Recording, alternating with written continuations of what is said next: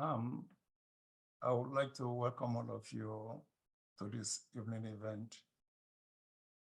My name is Emeka Uzoh. I'm sure some of you know me well. Others may be seeing me for the first time. I'd like to share some little I know about invention with you. And please, I want this to be open, something more conversational as opposed to lecturing. However, in the introductory session, I may want to mention certain things for everybody who is not familiar with what a patent means, what it takes to have a patent. I'll go through that in more details. My agenda is very simple. A brief introduction about myself, what I do for a living. And then we actually go, what does a patent mean? After that, we go to worldwide invention landscape, which actually will reveal a lot about entire Africa and the rest of the poor world countries. After that, I'll go briefly into my time, my work. For the past 30 or so years, then we have plenty of time to chat. I'm from Nigeria. My parents are from Ojoto. My father is from Ojoto, Michael Uzoh, and my mom is from Oba. We share common bond with Oba, so I'm like a local child in Anambra State. And I grew up in Ibadan. My father was a senior police officer under the former Nigerian government, and so we moved around a lot, but I went to primary school in Ibadan. My father was transferred to Enugu and said I have to come along. So I ended up going to a very good high school called NICCSJ, or Christ the King College Onitsha. It's fairly famous for its own reason.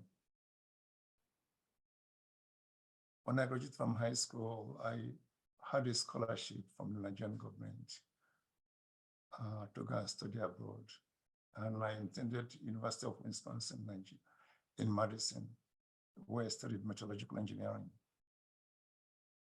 After my undergraduate degree, I did well enough that I have full scholarship to pursue graduate school in many top US universities, but I chose Rensselaer for sentimental reasons.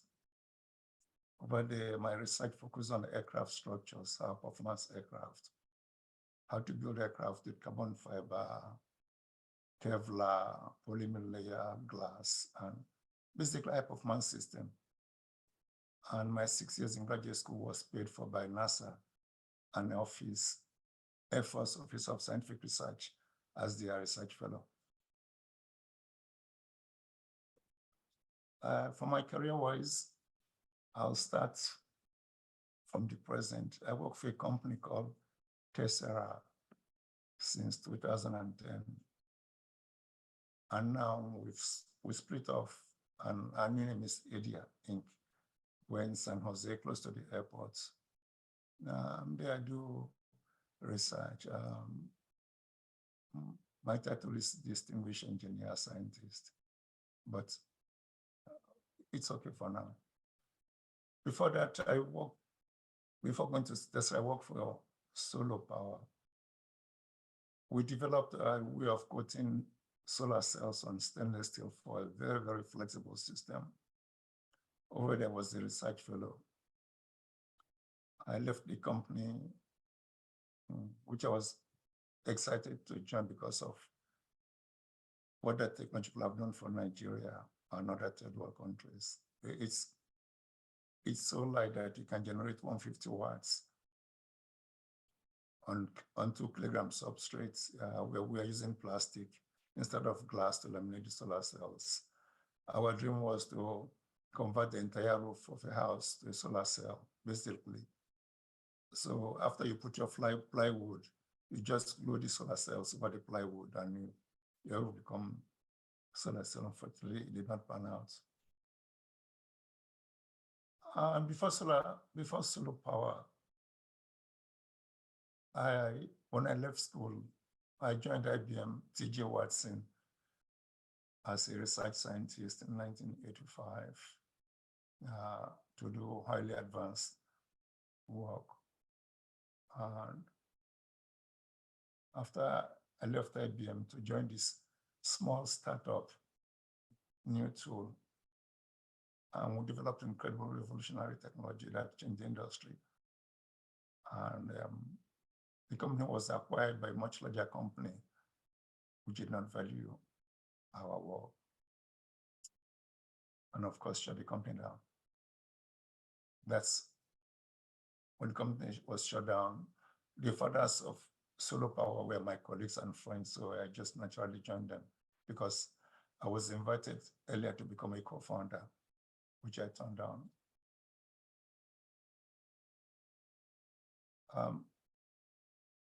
You can see from the picture that actually I look like another young man, Nigerian, correct? So I used to look like one of you, even though I'm a lot older now. That's what I looked like when I was a junior at University of Wisconsin. And when I started working at IBM in '85, this is what I look like in my home library. Well, I used to be Latina now with COVID. I look totally different, but I accept that. And I have a lovely family, which some of you may have met. You can see this is our first daughter, Nneka. She lives at Oakland with her husband. Nneka is heavily into finance. She has a degree from Hampton, Tulane, and Kellogg MBA. Then our second daughter, Amaka. Amaka studied biomedical engineering. She went to Harvard and then went to Emory Medical School. Then, of course, went to Wharton for her MBA and now works on Memorial Sloan Kettering Cancer Center in Manhattan. She's in finance, part of the group managing their endowment. And this is our last daughter, Nwakego. Nwakego studied chemical engineering in the same school where I went to school in Celia, and then ended up with a master in supply chain management. She worked for Essential for a couple of years and then decided to go back to school. So basically, I'm happy, the whole family is excited because Nwakego will be getting her MBA and MCP from MIT in Cambridge at the end of May. So that's my family. And of course, our boss, my wife, Molly. So my family has been source of my strength and the great driving force behind my work. Let's go into the definition of patents.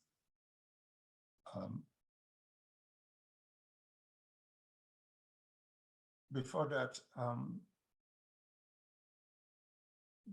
it may not be obvious that it's actually invention that's changed our life. If you look around you, from your cell phone, laptop, the light on the wall, the car you drive, your camera, the design of a house structure, they were all invented. Airplane, cars, look around. It is these inventors that have shaped the life we are, and quite often they are not appreciated, and some of them actually die very poor. A good example is Nikola Tesla, which some of you may have heard of before. Tesla car is actually named after him. You can see his quote that the progressive development of man is vitally dependent on invention, and it is the most important product of his creative brain. I believe that we all can create. Mothers at home perform magic, even though they're not considered invention. For those of you who may not know, for me, Nikola is my favorite inventor. He was the one who gave us AC, alternating current, that flows in our house. All the AC motor in our cars, fan, and blender. This is the original man who came out with this patent. He basically invented them and built them from scratch. But unfortunately, he was not business savvy, and he died a wretched man in New York in 1943. Something I recommend you guys can go on Google and just read up about his life. It's one of the greatest inventors of our time, in my opinion.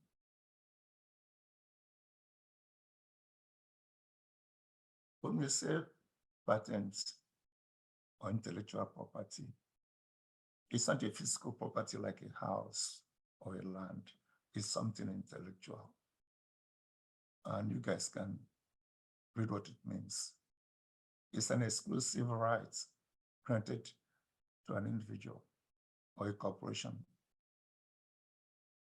to protect the ideas or any product that they came up with or manufactured for a period of 20 years.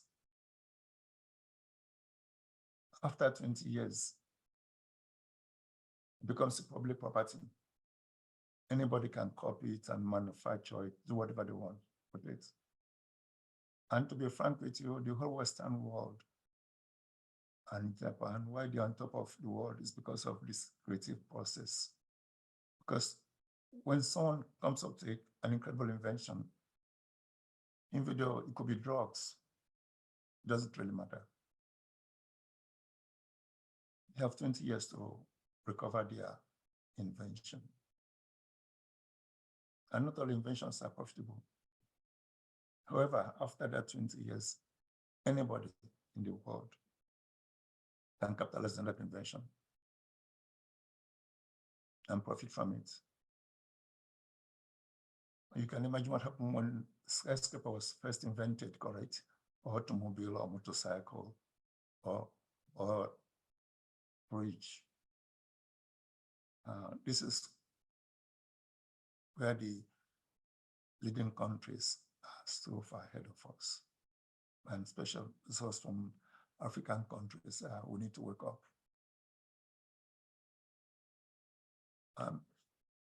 Basically, there are three types of patents. The first one is utility. You can create something new. It could be an idea, it could be a method, it could be machinery. However, it has to be useful.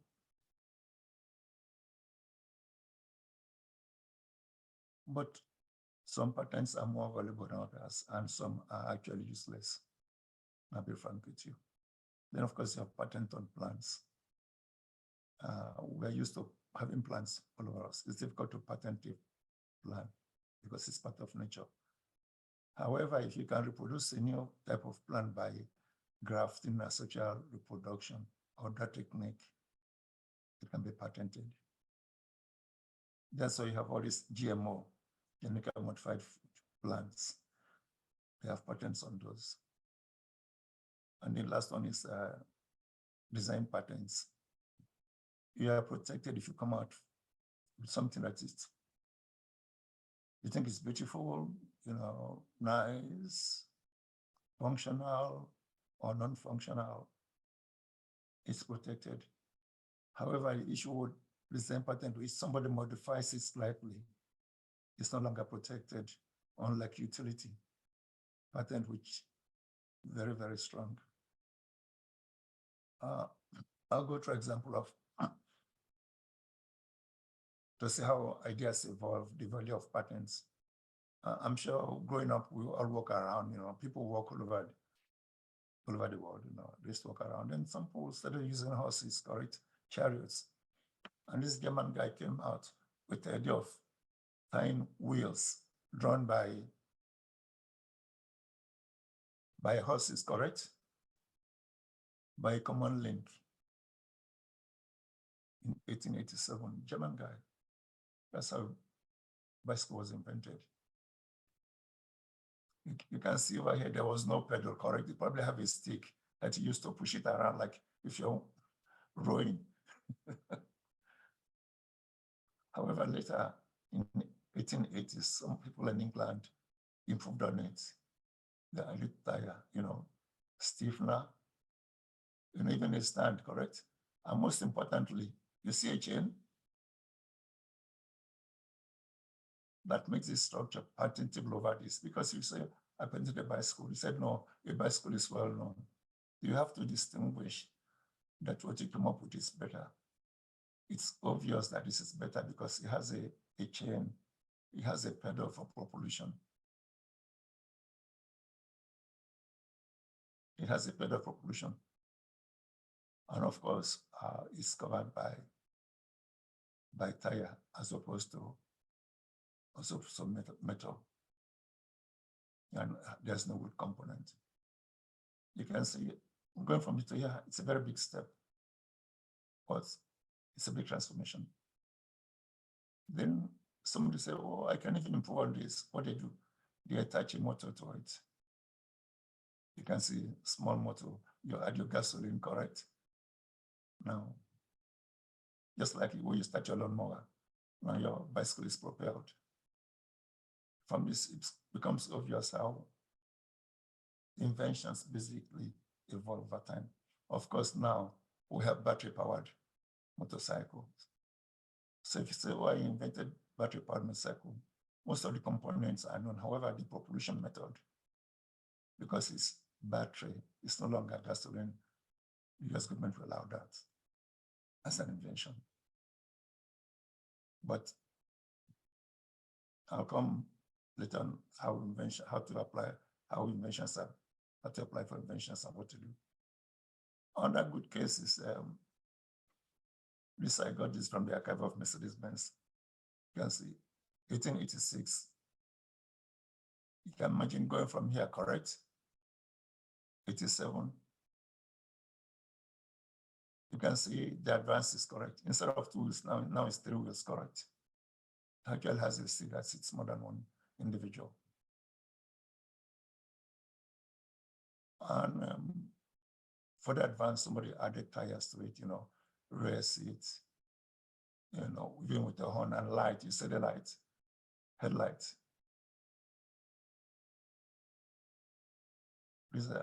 Going from here to here, it's a lot of work, a lot of critical thinking for somebody to design this and they sit down and make all the components and build it. Then of course, you can see this, correct? This is a carriage with a car. Has made it break down, and then it's being pulled by a horse. Instead of it, of course, there was no tow truck in those days. If you file for this, it's not an invention, because a horse towing carriages or carrying goods are known, and this is known too. So you cannot bring two things that are well known and say, oh, and come and say you just invented something. It's not an invention because it's obvious. The issue of obviousness keeps coming up. Oh, it's obvious. Oh, it's for everybody. So what makes an invention is it is not obvious. Something that is not obvious, that's what makes it an invention. And you guys are more familiar with this old rotary phone. This is what old phone used to look like. When I came to US, this is the phone we used to use. There was only one phone company in the entire country, AT&T. Of course, this morphed into this. You can see invention steps. This is better, for senior citizens. It's bolder, they can touch, has different feel. It's a good invention, but it evolved from this. Then, of course, you have an office setting as a secretary. You can't use this. So you see next evolution. The same can be said about our cell phone. Somewhere in my house, I have a cell phone, like a small box made by Motorola in the late 80s, early 80s, somewhere in my garage. I'm keeping it as a collector's item. This is what NEC cell phone looks like. It looks unbelievable. That's 40 years ago. And of course, it came to this break. I don't know if you remember, many of you are old enough to remember this, where It's wireless. You hold it in your hand. You're so proud because you're not now tied down by this rope. Correct? You're no longer tethered. You move around your house. It gives incredible freedom in the kitchen. Put by the stove and cook and talk to somebody. Then came the big revolution, the cell phone, in the late 80s and early 90s. And of course, like everything else, because advances in technology, semiconductor devices, this is laughable compared to what we have today. And you can see going from here, incredible bandwidth. We have radio, better image sensor, better cameras, scripting, internet, cloud. Going from here to here, it's an incredible jump. In fact, from here to here, the jump is 100 times higher than between these two. The level of sophistication, the amount of patents needed to protect these products.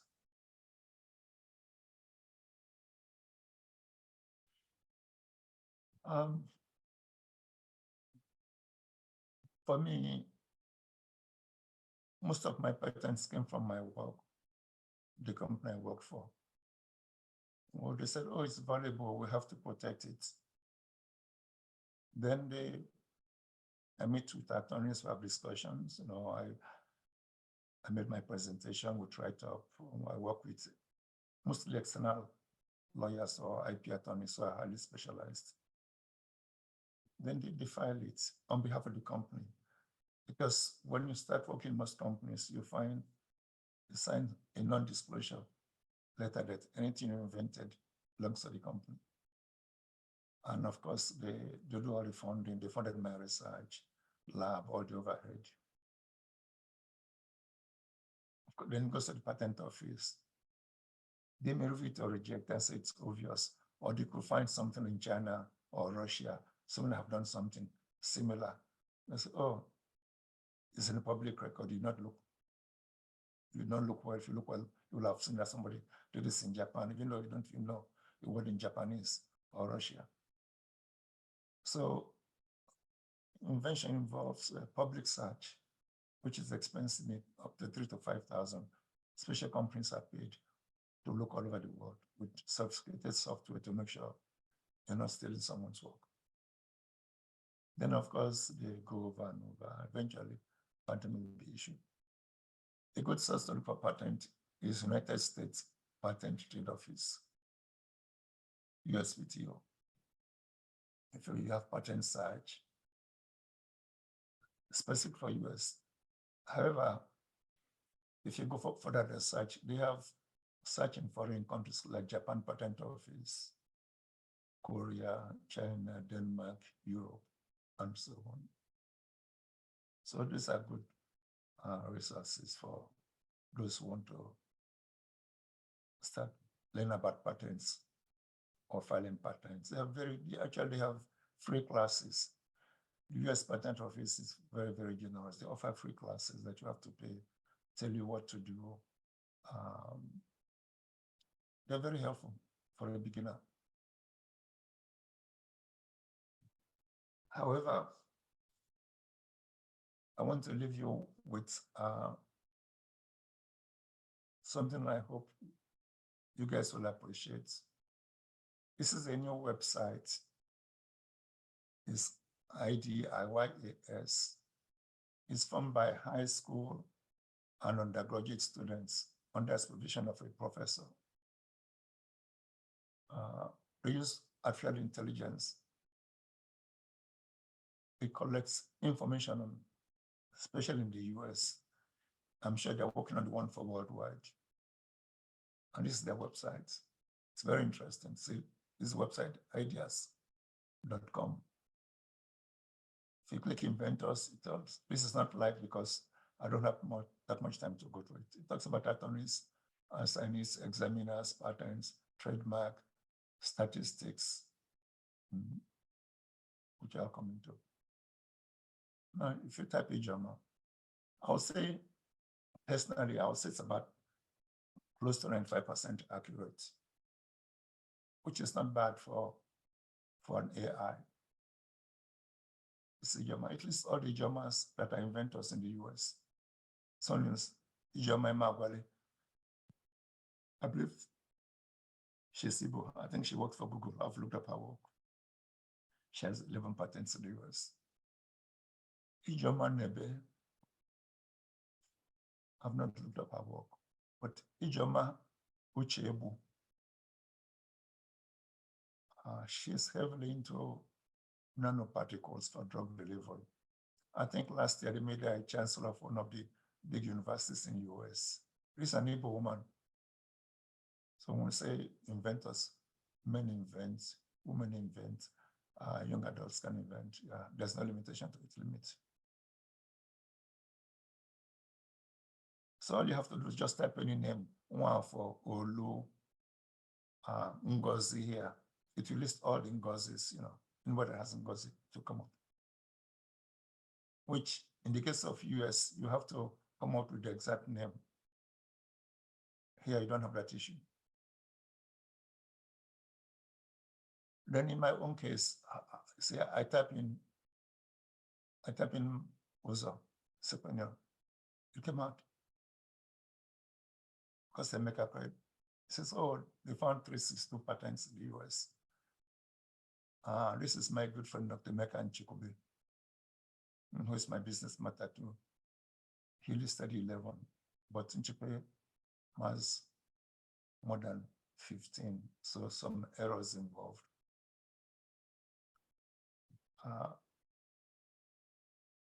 It's a good website to go, and play with, to learn about patenting, to know what's going on all over the world. However,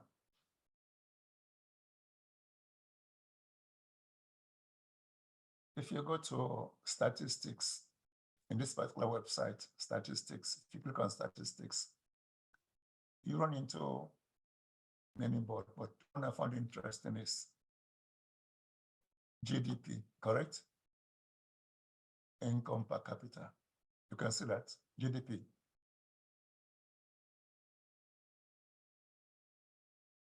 I'm not making this up, correct? You see the poorest states, correct?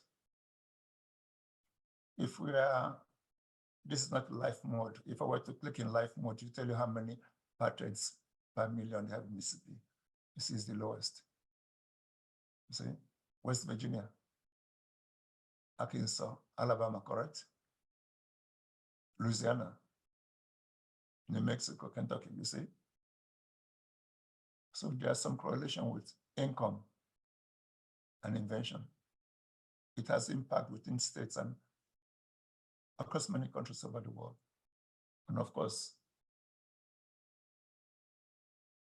you see where California is. And of course, Cambridge, Boston area. So from this data, it's obvious that there's a correlation between creativity and wealth, because it's in the measure of wealth. If we have to use the right word, it's in the measure of wealth. It's telling us that who are more creative on the average, or states that are more creative on the average, do better than those who are not as creative. Then if we go to the sad case of our country, see Nigeria? Nigeria is about 0.019 patents per million. Here, if you click on number, it's pathetic. You see India, correct? Similar income. It's number of inventions per million. Nigeria is not even 0.5 or 0.05, it's 0.0019, 0.02.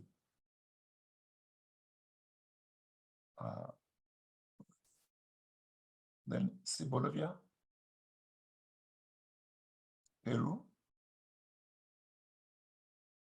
and if you go all the way, Malaysia, you can see where the big boys are. You see US over here, correct? This is Israel. Norway, Ireland.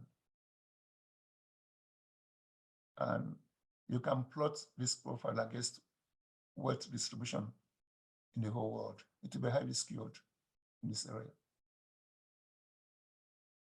So the wealth of this advanced country comes from invention, creativity, manufacturing, writing, arts. It doesn't really matter.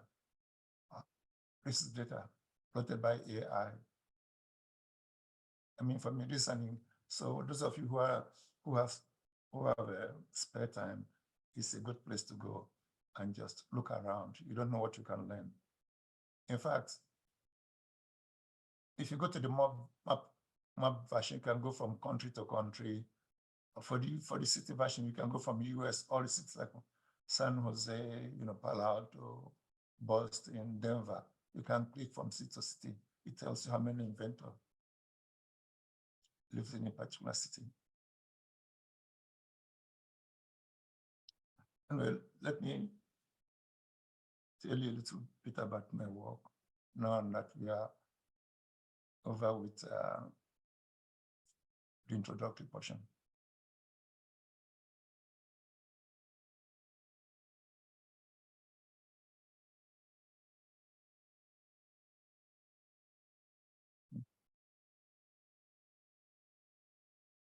Okay.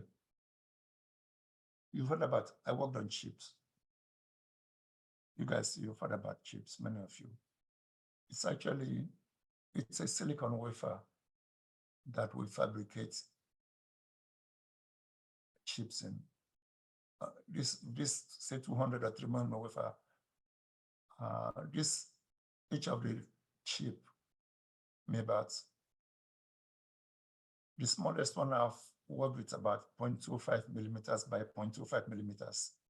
You know what a millimeter is, correct? Imagine 0.25 millimeter is the smallest chip I've worked with. And the largest I've worked with is about 45 millimeters by 30 millimeters. But the average chip size is about 10 millimeters. So 10 millimeters by 10 millimeters, or 12 by 6, or 15 by 10, or 15 by 12, or around that area. It doesn't really matter. So this single wafer, depending on the size of the chip, can produce anywhere between 50 to 10,000 chips, even 100,000 chips, depending on the size. When the devices are manufactured, they are patterned, form copper lines, and so on. I will go into that. Then they are cut into pieces. They have to be tested and cut into pieces. This is what a piece looks like. And then, because it's very brittle, silicon is a brittle material, it will break. So they have to package it so that it can communicate with something else. In this one, they have the wires coming at the edge. So the communication to the chip will come from the edge. Over here, they have tiny solders that is finished with, so that all the communication will come through these solders. Of course, after they're done, they are clean. Then you'll see a small robot and picks them, and attach them to bond them permanently to electrical out of a bigger board. And if you open your laptop or cell phone, you'll see a board like this. It is this board that allows all different chips to communicate and do what they have to do. Of course, we're not talking about the supporting software, another control system that makes it work. However, in this type of chip, quite often you may need admin memory, correct?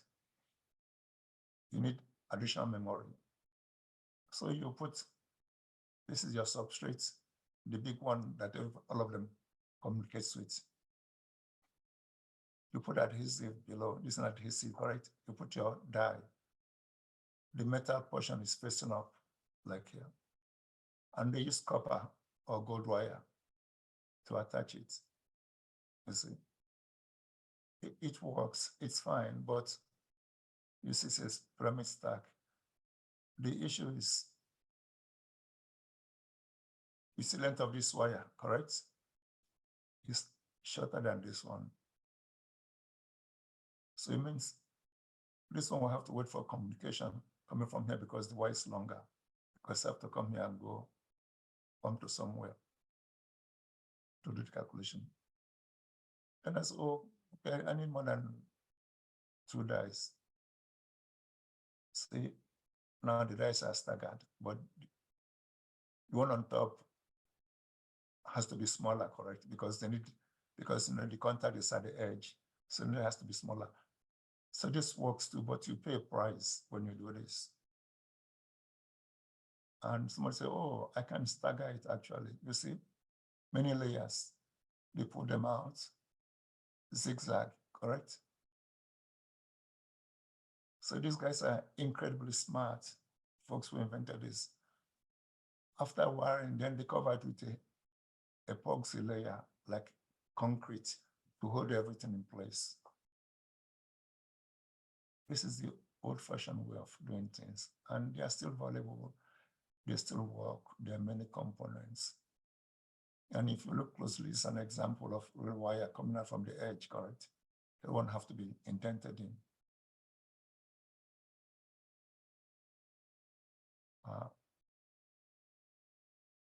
This was the hottest area till 1997, when I came up with my invention. You guys can read about me. I have more than 366 patents in the US alone. And I have 328 published patents that have not been issued. From this publication, half of it may be issued, they may never be issued. But once you file a patent in the US, after a year, 18 months, they are required to publish it so that the whole world knows what's going on. That way, once it's published, it becomes a prior art.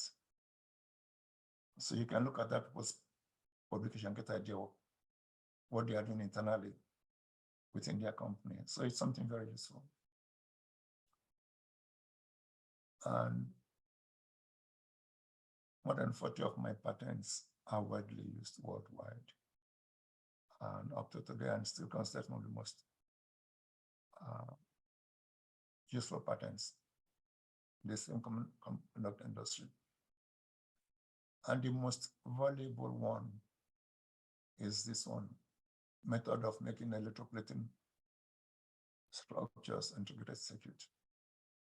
You can see my name somewhere here. It's listed in alphabetical order. If it hadn't been alphabetical order, I would have been the main inventor. Also, many of these helped in the implementation of the technology, because when you invent something, for it to be implemented, you need different type of skill sets. You need engineers, designers, electricians, people who make devices. You will sit together in a room and have continuous meeting, and then to pull it off. And what he says, it may not be obvious. This is an insulator one, insulator, something that does not conduct current. And this is a hole inside. And how to fill this with metal line. Actually, it's very difficult, especially with sub-micron line. You guys are familiar with what 1 millimeter, you can see easily, but 1 micron is 1,000th of a millimeter. Then 0.1 micron is, if you divide 1 millimeter into 10,000 times the size of these cavities, and you have to fill them without defects. That is the key invention. I discovered, working log was in my lab, that this is the original hole. I coat the metals in the cavity at different intervals. I stopped. I found out initially, if I start, say, 15 seconds, it's here on the wall, it's the same. Then after 30 seconds, see, the center have gone very fast, correct? So it's going faster from the bottom than from the top, because you'll assume this distance from the top, correct? It should be this thick on the top too. But it's growing faster only in the cavity, not on the outside. This is one of my discoveries that transformed the semiconductor industry.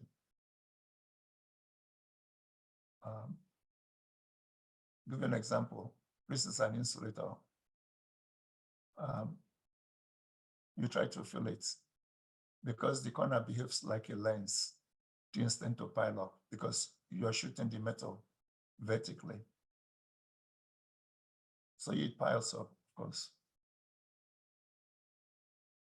The entrance will close first. So entrance closes. Later, if you remove the SS1, you have a void. When you try to use this void can move to the bottom and the whole thing behaves like a fuse. We have another one too. These are prior arts, where the coating is the same as everywhere, correct? Then when it's complete, you have a fine line at the center. This is better than this, but this is also a reliability issue. So the invention was basically going from here to here, where there's no void defect-free interconnect. And this is a cross-section of what I put from the patent. You have your insulator, you have a barrier layer with holes, and then I fill it with metal. See, how do it?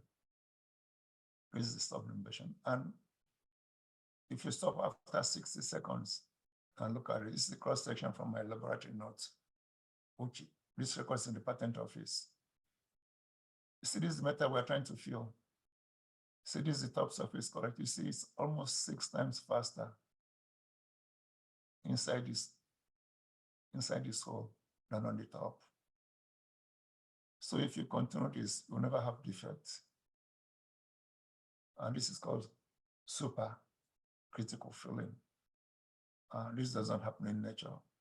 I found a technique to force, basically I absorb special molecules over here. Some special molecule behaves like very high resistors. They prevent anything from coming down. Therefore, all the power I'm applying have to go somewhere. They went into the hole. That's the fundamental invention.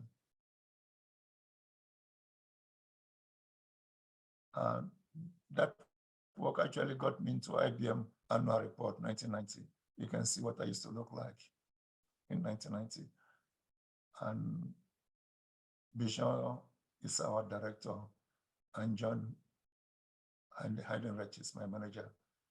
Lisa was manager of the front-end group, a sister group. Lisa Su is the CEO of AMD Corporation in Sunnyvale. You guys, I'm sure if you have heard about AMD, competing with NVIDIA. So because of this work, I made an annual report, and they wrote nice things about me, that they've done this for over 30 years till I came into the picture. So because you've been doing something for many years, somebody can come in and be even far better. Some without a background in that area. So because of this, it's obvious that we are all creative. Creativity is not limited to the so-called experts. Let me go into finer details for you to appreciate what I'm talking about. This is the metal, the hole, correct? You fill it with metal using my invention, the metal copper. Then after that, you polish it off. So it becomes isolated. So you imagine you have, I'm showing only one line, but you can have millions of lines running parallel. This came out of my own work. This is actually my work. You can see how I feel this is about 0.7 microns deep, correct? But what is on the top is only 0.1. So it's going faster 7 times than on the top area. And so if you do this, you polish this, remove everyone on top, you put another oxide, you do it long enough, you come up with this type of structure. You can see how they are built. This is how the transistors in silicon here are connected by this copper wire. It's like 7 or 10 or 30-story building. And of course, if you remove the dielectric layer, the insulators, it looks like this. Some of you may have seen these pictures before. But another great impact of that work is it allows to plate through silicon, very tiny holes, 10 or 15 microns within the silicon. I'll come to that. So instead of doing wire bond, which I described earlier, you can actually take one wafer or one die and put it on top of the other and bond. So I have several patents in this area. It's called hybrid bonding. It's an area that I'm worked actively on. I'll come to that in the next slide. It just shows you impact of what was invented in around 92, 93. The patent was issued maybe 2004, so or 2006, I don't remember.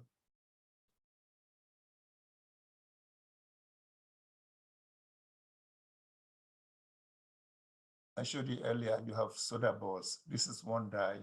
You can use it to bond another die, Of course, this die looks like this, right? You have this soda. And so this, just a presentation. You bond them together. Later people became clever, said, no, I can make this one taller. It becomes taller, correct? So that you use less of this because it becomes an issue. Then it evolved for us. Oh, I just made this very small. Make this taller, make and put very little gap. Then of course, no, I can even do better. We eliminate this, correct? We just bond the two copper together. It's continuous. So this will give you the most reliable structure. Because you can do this led to this. This is a one die, correct? We have this hole that I've filled with metal, which came from my invention. And that allows you to put soda on either end, correct? So you're stacking dies together. This is why if you look at your flash drive, correct? It says how many terabytes, how many gig, 256 is 512. The size is still the same. Did not increase. It's because the dies are stacked. And before stacking them, we thin them down to about 50 microns. That is 50 millimeter, 1 millimeter divided into 20. That's how thin these are. They're about thickness of, say, 2 or 3 papers, and then they're bonded. Of course, the whole thing is covered by mold. After bonding, it looks like this. Then to make it stronger, they have to fill it in between with glue, epoxy layer. The epoxy have particles, so that becomes like point concrete to lock the structure down. Well, this is what we are doing now. We're moving away from this. I will explain why. Hybrid bonding. Imagine we've removed the soda. All the soda is out. We're bonding the metal directly to metal. You see? You can see the interface on top portion. If you look over here, I'm sorry. You can see many layers of dies bonded. There's no soda. This is extremely reliable. And this is a 16 stack die. Samsung has come out with 36 gig die DRAM. And in about next 3 or 4 years, made up with 16, about 48 gig in a small die. And not that, what I did not mention is that it is the I/O. When you're going to San Francisco for San Jose, you take the highway, maybe 4 lanes, correct? Of course, you have pile up. Instead of 4 lanes, imagine if you have 10,000 lanes. You can drive as fast as you want, correct? Instead of 10,000. What about you have 1 million lanes? This is what they're talking about. These are lanes of traffic within a day. So imagine you have 1 million lanes. I mean, basically you have incredible bandwidth. You can download things from the cloud. Computation is extremely fast. Basically, you are cutting down all the bottleneck. However, how do you get off the ramp? If you have 1 million ramps in one direction, correct? How do you get off at the end? Because things will pile up, correct? That is why it becomes very clever. How do you get on the ramp and how do you get off the ramp? This type of research we're doing in the lab. And this is my final slide in this area. We have roadmaps, like all devices, 3D density. See, this is number of wires per millimeter squared, 1 millimeter by 1 millimeter. Remember I showed you the ones you see the die with a post, you say solder, correct? Attaching to another die below, another die below. It's die to wafer. 7 micron. Look at how many I/O. Over 10,000. That's a lot. Wires coming out. And of course, when you go smaller, it breaks down. So when we go to hybrid bonding, this is what I call hybrid bonding. We've moved away from solder.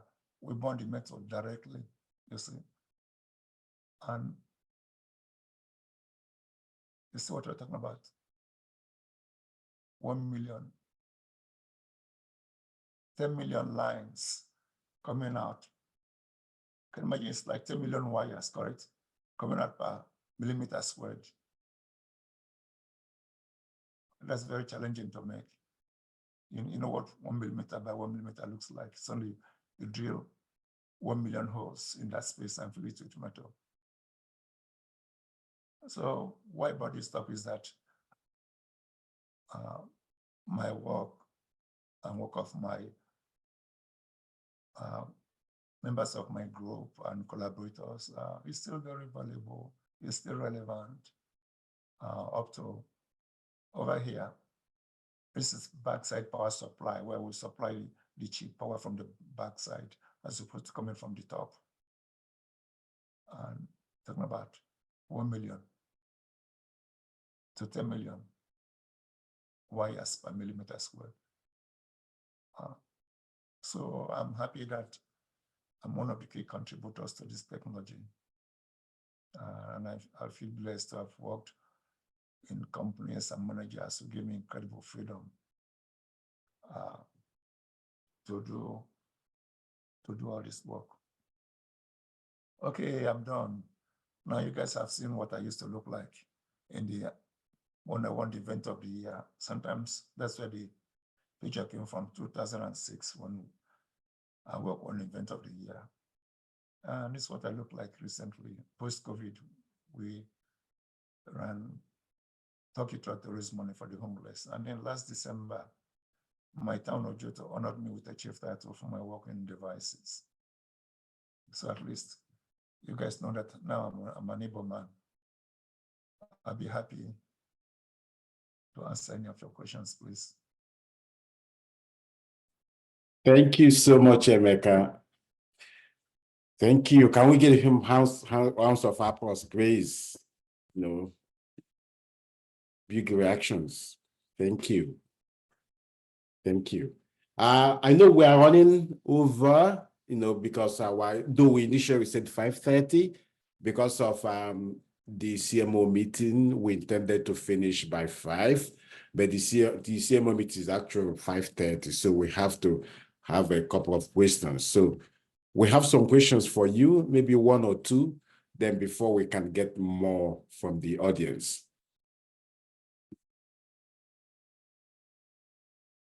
Let me see. Okay, I'm listening, sure.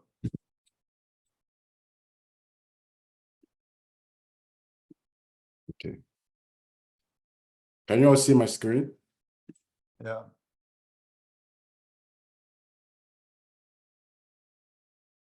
Okay. Yeah, actually, this is a Fabulous question. Yeah, I know. I love those pictures you showed in your undergraduate days and your early days at IBM, and I think it's important to this question. So when you look back at your career journey, from your school days, your early career, what are the things you would say, prepared you to become a prolific inventor? So what can students and young professionals listening to you today learn from your experience? Actually, this is very easy for me, I can tell you. I was a very curious child. I asked out of why this, why that, I never stopped asking questions as a small child. And I play games. We made things. We used to make kites when I was at 6, 7 years old. I got up my father's old newspaper. I saved Gary from my dinner. Gary used Gary as glue. I used broom. We fabricate our kites. Sometimes we go all over Ibadan. Very early age, I discovered that the thread used for braiding hair is a lot stronger than the thread using for clothing, correct? As a small child. So, of course, I can never go to my mom. Hi, mom. Can I use your hair thread? When she's done looking, I steal it. We all steal our mothers' hair thread, and then we stitch it together.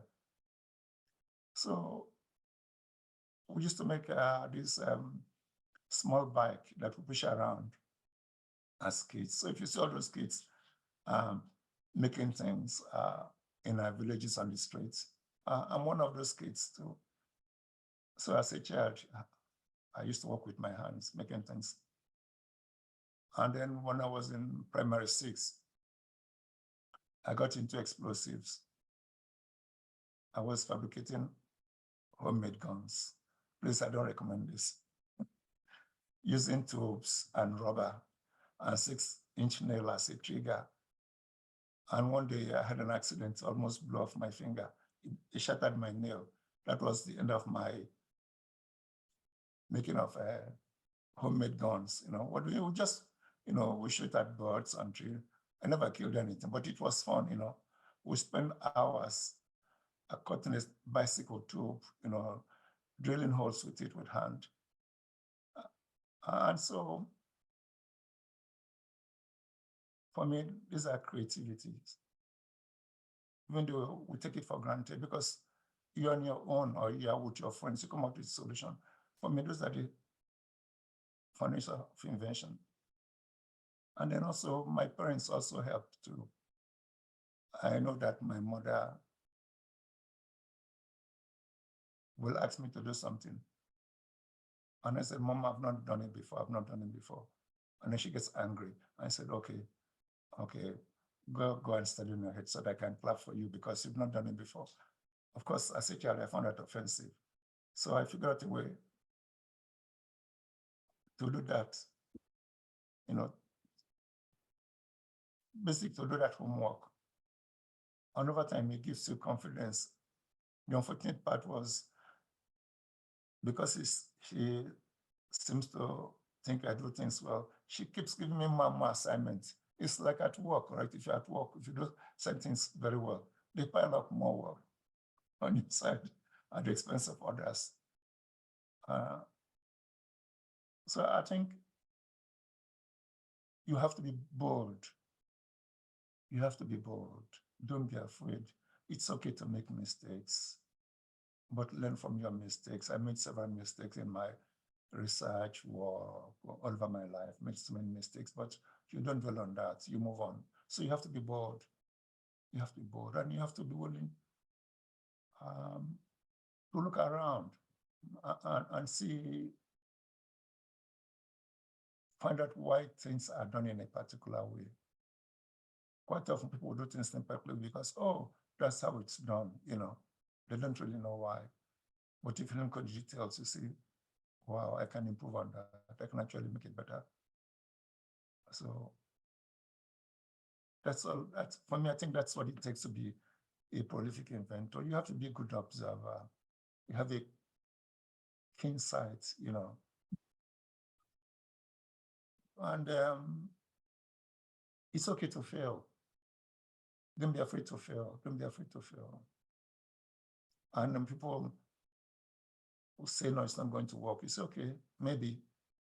Then you plow on. I mean, that's as in my approach. Thank you. Yeah. Thank you so much. Thanks for that answer. So we have another question. Then we invite questions from the audience.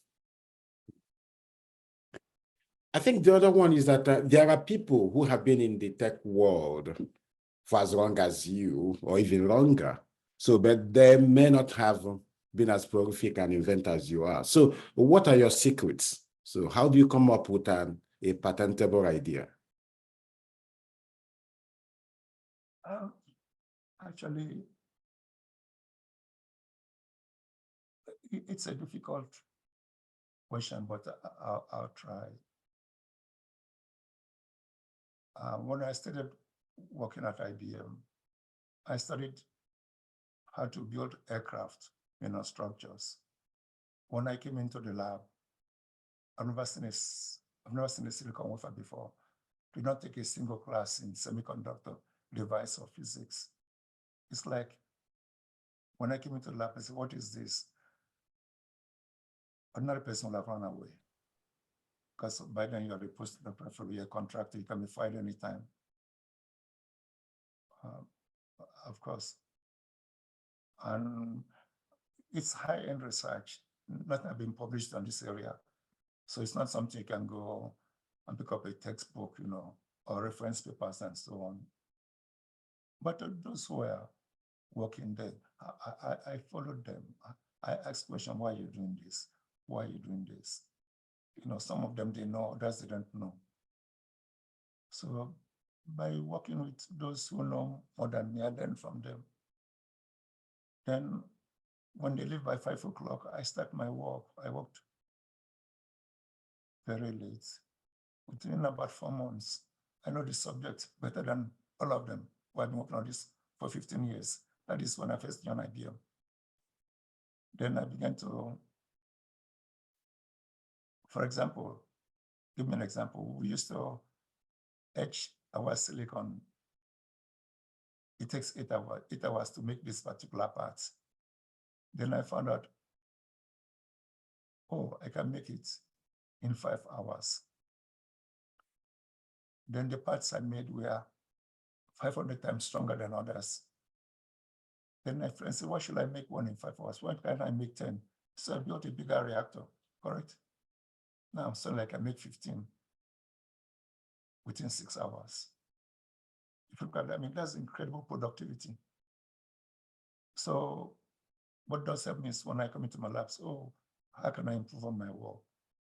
How can I make it better, faster, cheaper, more reliable? This is what drives me. When I got into copper interconnect,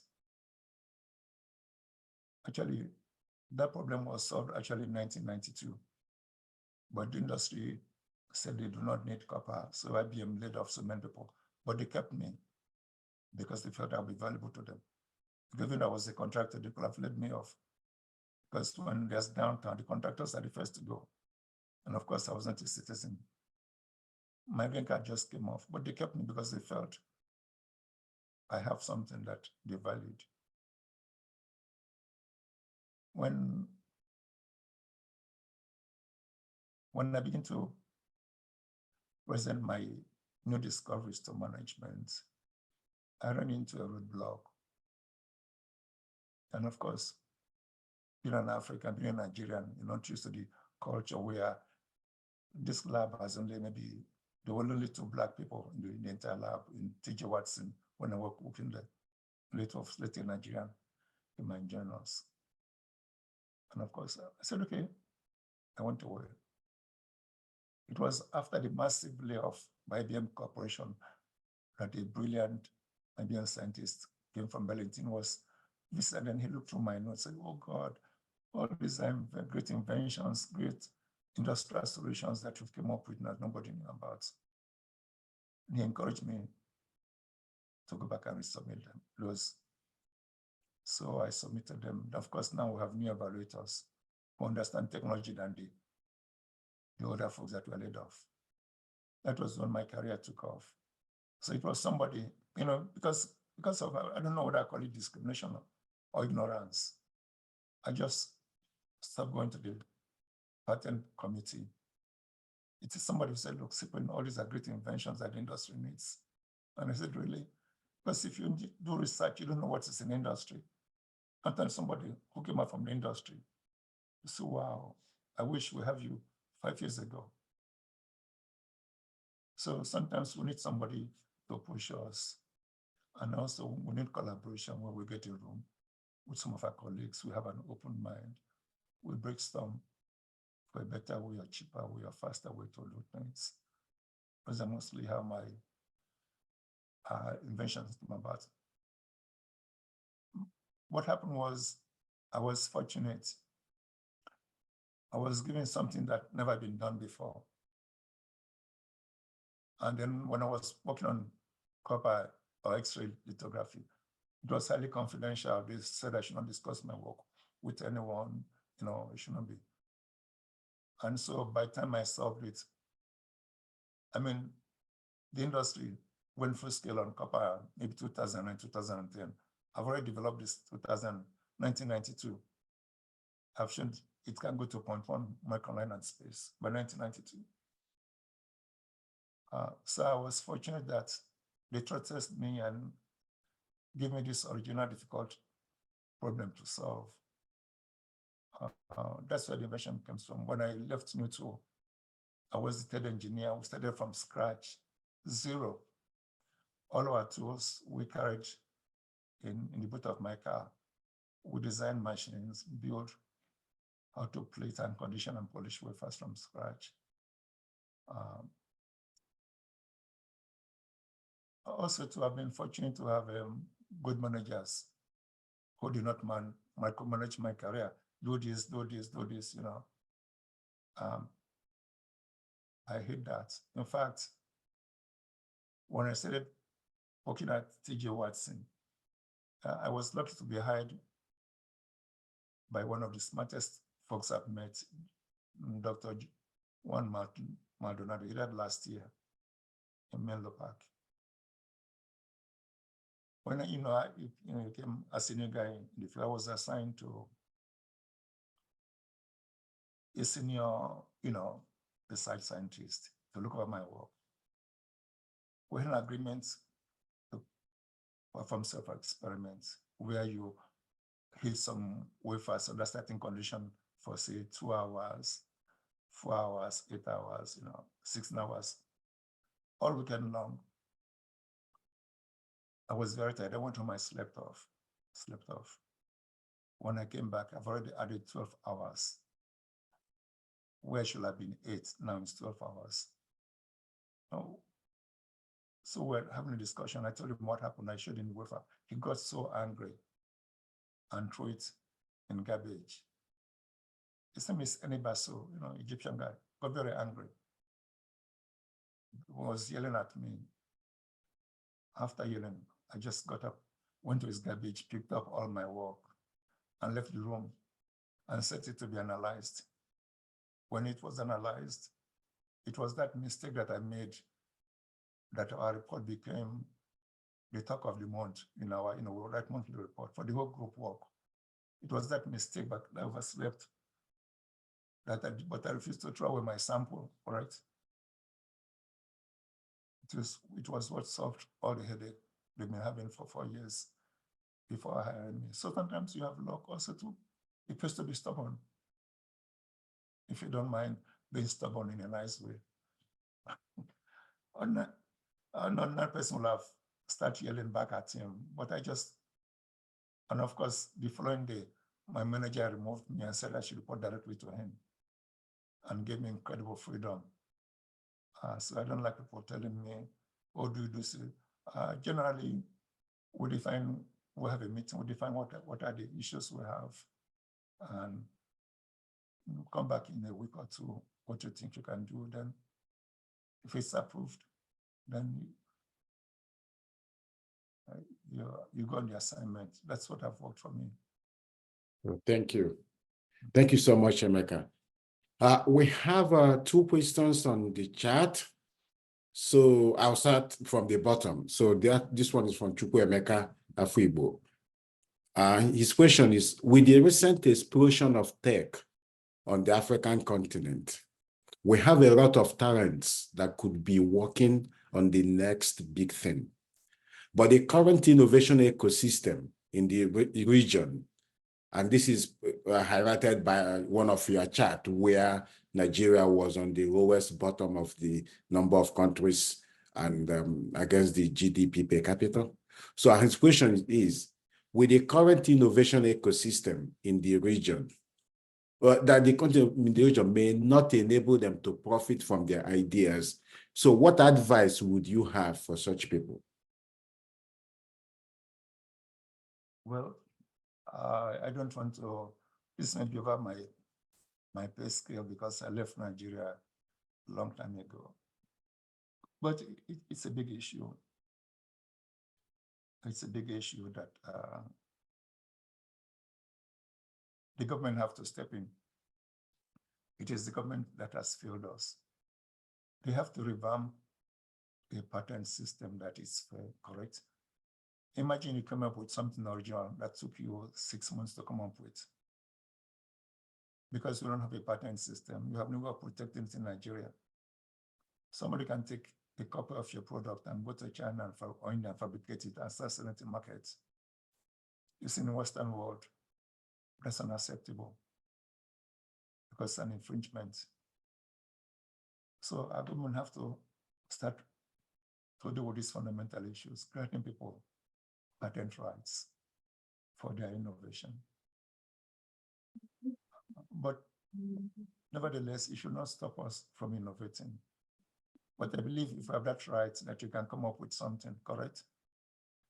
You can raise money to distribute it, you fabricate it, and you sell it everywhere, Lagos, Aba. It's a lot of money in the country, just like I buy shoes or a direct clothes that I made in Badon, all those, So our government have to play a role. And it's for us, those in Nigeria, to talk to the elected officials to look into this area. We need patent protection. Without patent protection, all we do is we can import, assemble at human, and so. But of course, on the other hand, we have a great area of software. It's an incredible area, AI,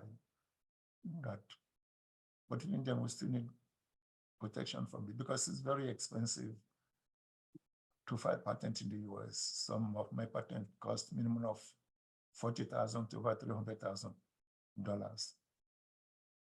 However, in Nigeria, it should be a lot cheaper. And also, we should lean more on the university professors. They're not doing enough. They just do research and publish their papers. So what? I've published many papers. What is transforming their experimental data into real-life product, into implementation, of course. That's where the key lies. Implement. You can have all these ideas on paper. If you need a patent, if it's not implemented, it's not that useful to the community. I happen to be in an area that it's something they've been looking for a very long time. And in Nigeria, there are so many things like that in healthcare, drugs, software, name it, even plants, agriculture. We have incredible opportunity at home. I hope. But going back to your question, most of my patents came from my work. And also, when I think about my work, how can I make it better? How can I improve on it? How can I prevent somebody from getting around it? Because you can have a patent, somebody says, oh, you're very clever, they found a way to get around it. So that's why I have many patents. I make it difficult for people to get around. So which means you have to keep inventing. Does that make I hope that makes any sense. Well, thank you. Thank you so much, Emeka. Another question we have from Chris. This one is very specific. He's saying that AT&T has floated the idea of discontinuing landline service to homes and businesses. Given that cell phone service is subject to a number of environmental and technological variables, such as satellite transmission disruptions, do you think we may have some inventions in the patent pipeline to handle mass potential outages if we have to rely exclusively on cell phones for telecommunication services? Well, what I can say is this, accidents do happen and they're inevitable. And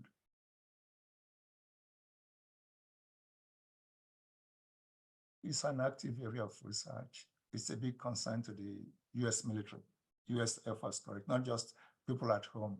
It makes them nervous because there is a case of command in battle or communication if somebody taps into that. So the government is looking into this. Many other companies are looking into this issue. It's a great opportunity for people who are curious, who have the skill to come up with something novel. It's not my area, but I know it's a big concern to the US government.